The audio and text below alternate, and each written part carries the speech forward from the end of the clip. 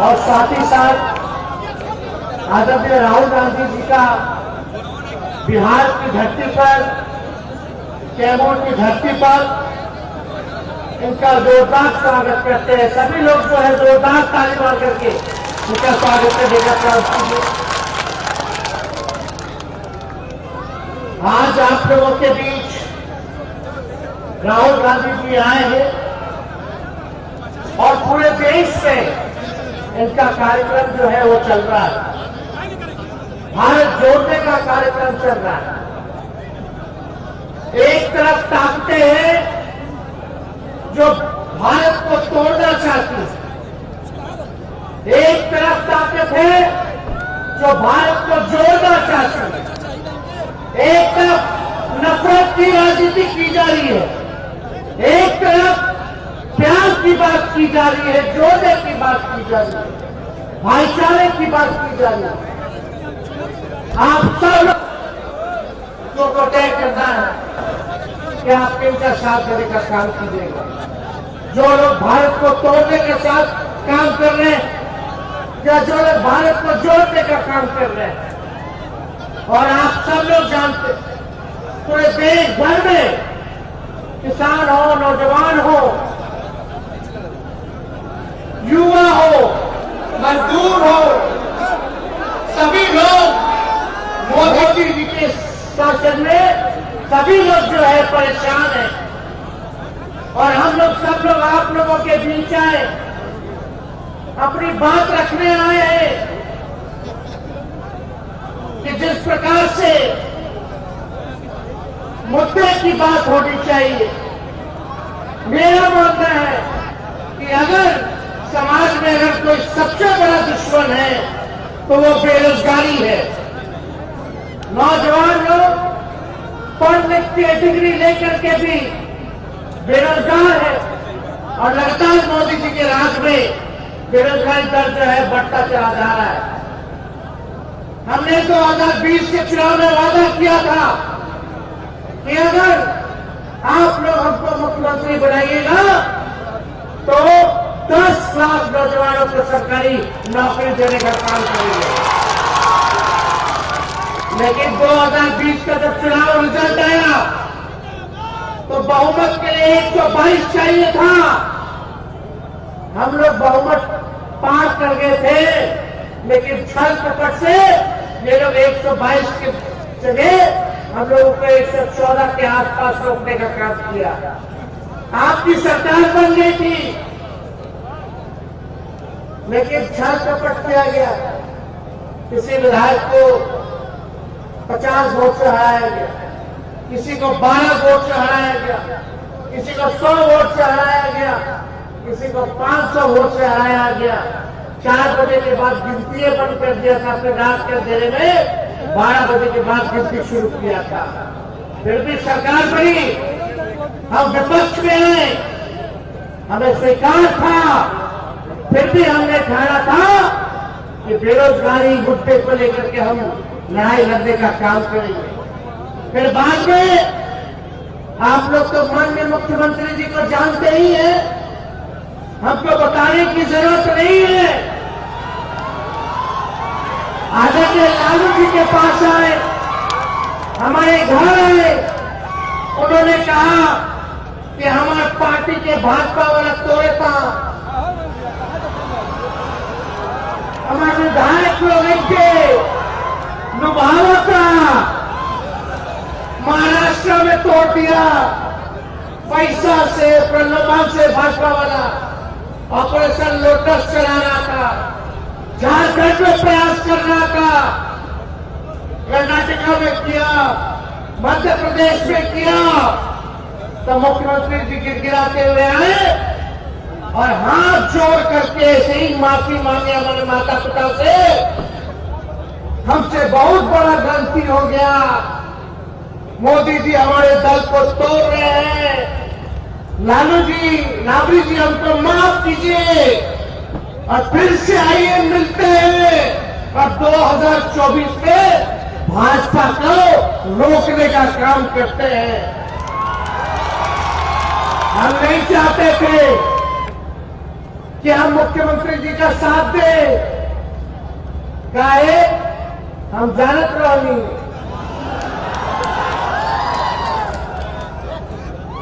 हम तो हाउस में पूछे भी भाजपा वाले के लोग, यानी मोदी जी का गारंटी इतना मजबूत गारंटी होता है, तो ये मोदी जी के गारंटी वाले कौन गारंटी पाया कि बिहार के मुख्यमंत्री फिर से पलटेंगे कि नहीं पलटेंगे, जरा बताओ।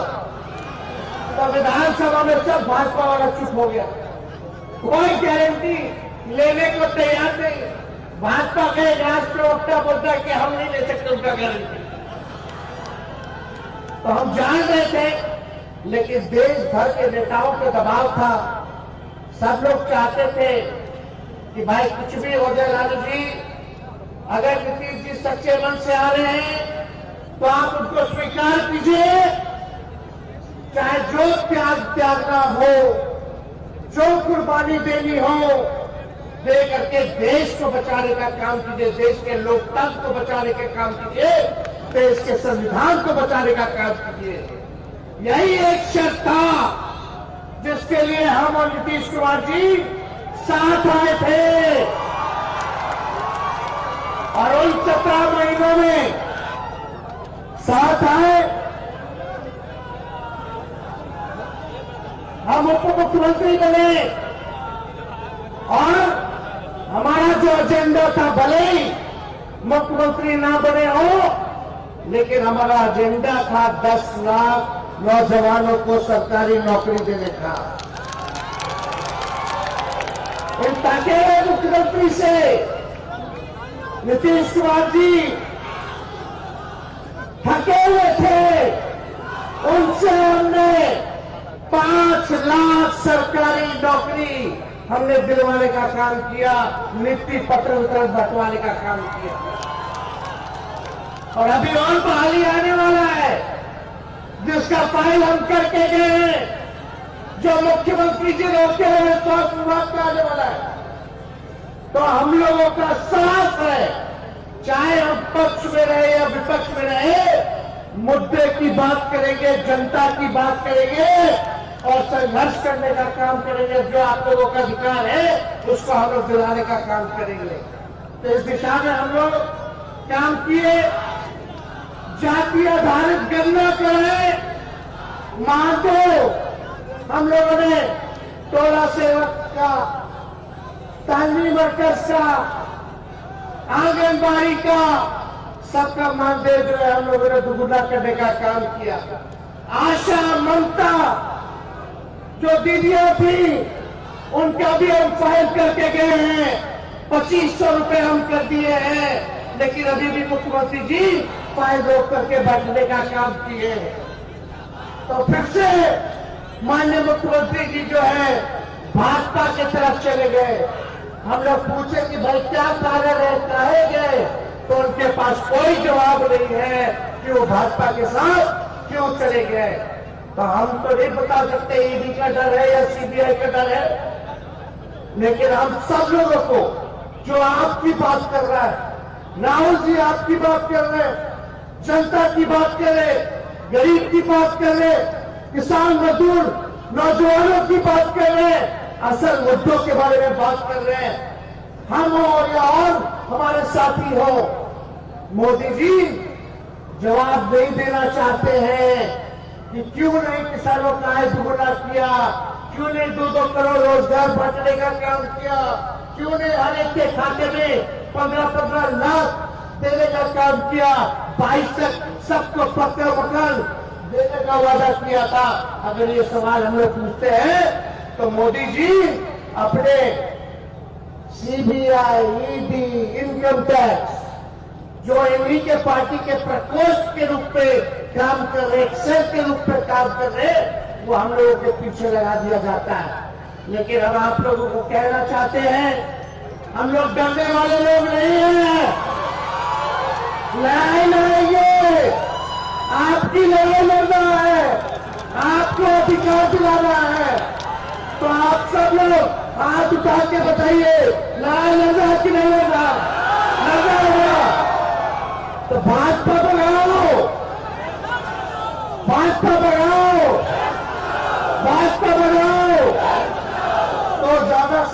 नहीं लेंगे। इसके बाद 20 तारीख के बाद से मेरा हर जगह बिहार के हर जिले में कार्यक्रम लग रहा है। हम फिर आपके बीच आकर के अपनी बातों को रखने का काम करेंगे। हम राहुल गांधी जी को यही संदेश देना चाहते हैं कि आप जो काम कर रहे हैं उसी निडरता के हिसाब से आप अपने काम को करते रहिए। आपके पीछे हम लोग मजबूती के साथ खड़े हैं।